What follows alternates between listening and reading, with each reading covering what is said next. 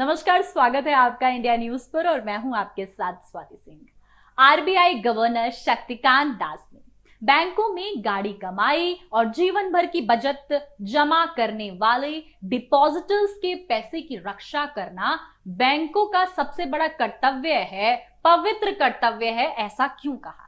RBI governor ने कहा कि बैंकिंग सिस्टम की सुरक्षा और सुदृढ़ता प्रभावी गवर्नेंस पर निर्भर करती है, जिससे बैंक डिपॉजिटर समेत सभी स्टेक होल्डर्स के हितों की रक्षा की जा सके।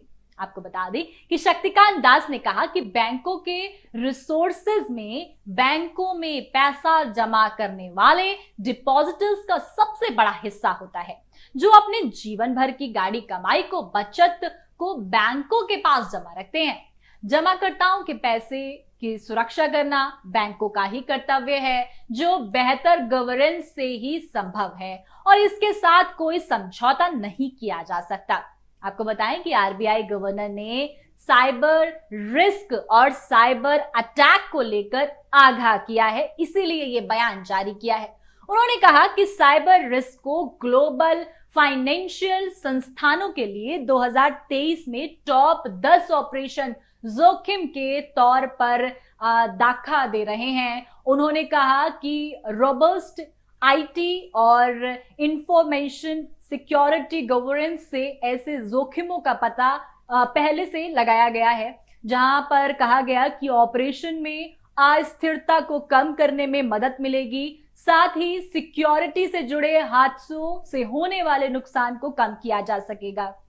उन्होंने आगे कहा कि बैंक और दूसरे रेगुलेटरी संस्थान इन दिनों बड़े लेवल पर आउटसोर्सिंग कर रहे हैं। इस दिशा में ठोस नीति और प्रैक्टिस अपनाए जाने की जरूरत है। उन्होंने बताया कि आरबीआई ने 10 अप्रैल 2023 को बैंकों, एनबीएफसी और दूसरे रेगुलेटरी एंटिटी के आईटीटी के आउटसोर्सिंग को लेकर गाइडलाइंस जारी कर दी थी। आरबीआई गवर्नर ने कहा कि भविष्य के लिए यह जरूरी है कि बैंक वित्तीय तौर पर मजबूती बनाए रखने के जरिए जरूरी है कि बैंक के पास पर्याप्त पूंजी हो, जो मैक्रो इकोनॉमिक झटकों के बावजूद बैंकों को कमाई कर सके।